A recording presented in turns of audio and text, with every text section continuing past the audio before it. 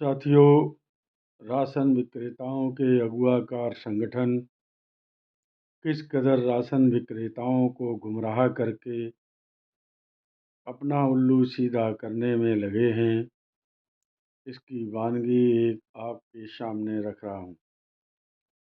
साथियों, उत्तर प्रदेश में राशन विक्रेताओं की एक सूत्रीय मांग कमीशन बढ़ोतरी को लेकर काफ़ी समय से राशन विक्रेताओं की अगुवाई करने वाले संगठन जद्दोजहद कर रहे हैं, लेकिन सफलता उसमें अभी तक नहीं मिली। इसका एक ही कारण है कि बार बार जो प्रयास किए गए वे दिखावे के लिए किए गए। आर पार की लड़ाई के लिए एक भी संगठन कभी भी सामने नहीं आया। इसीलिए राशन विक्रेताओं की कमीशन बढ़ोतरी आज तक नहीं हो पाई।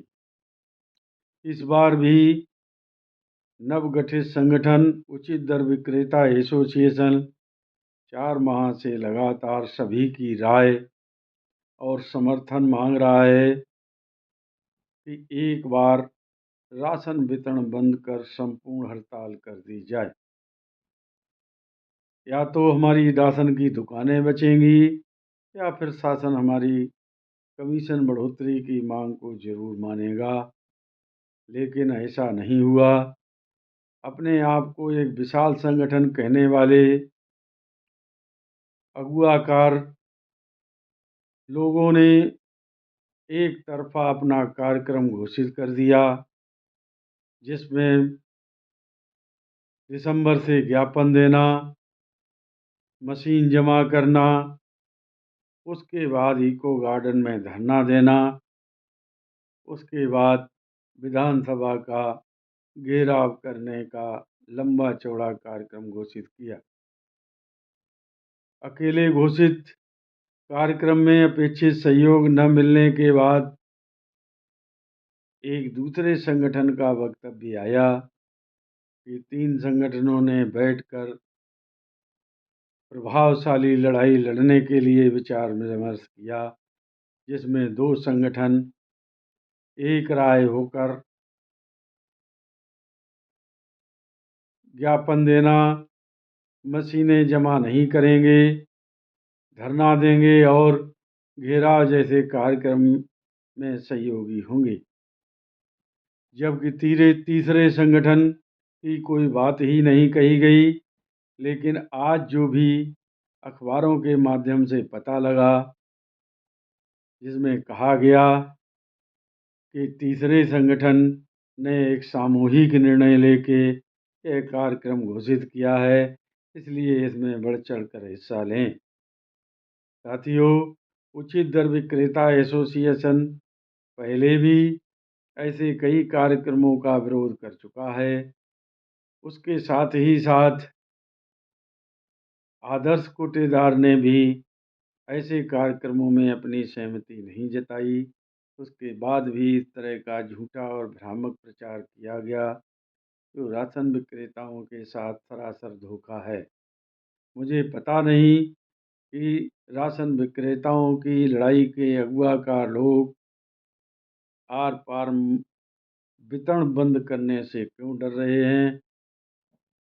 यह समझ से परे है। आप लोग भी इस पर विशेष ध्यान दें। जिस तीसरे संगठन आदर्श कोटेदार का आज सहयोग में नाम दिया गया है, वह पहले ही अपने संगठन की 30 नवंबर को बैठक लखनऊ में करने जा रहे हैं और उन्होंने पूरे प्रदेश के छोटे बड़े संगठनों का आह्वान किया है कि बैठक में आएं और सुझाव रखें। उसी के बाद एक ठोस रणनीति के तहत घोषणा की जाएगी, तभी राशन विक्रेताओं की लड़ाई को आगे बढ़ाया जाएगा। उनके इस आह्वान को उचित दर विक्रेता एसोसिएशन अपना पूर्ण समर्थन देता है और उस बैठक में भी प्रतिभाग करेगा। आगे की रणनीति जो भी बनेगी वह सामूहिक रूप से बनेगी, नहीं तो अपने आप को चौधरी समझकर कोई भी रणनीति कारगर नहीं होती, ना ही बनाई जाएगी।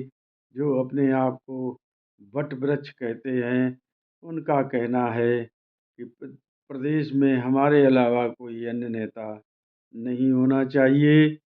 साथियों, जिसको नेता बनना होगा, प्रकृति जिसे बनाएगी, उसे कोई नहीं रोक सकता।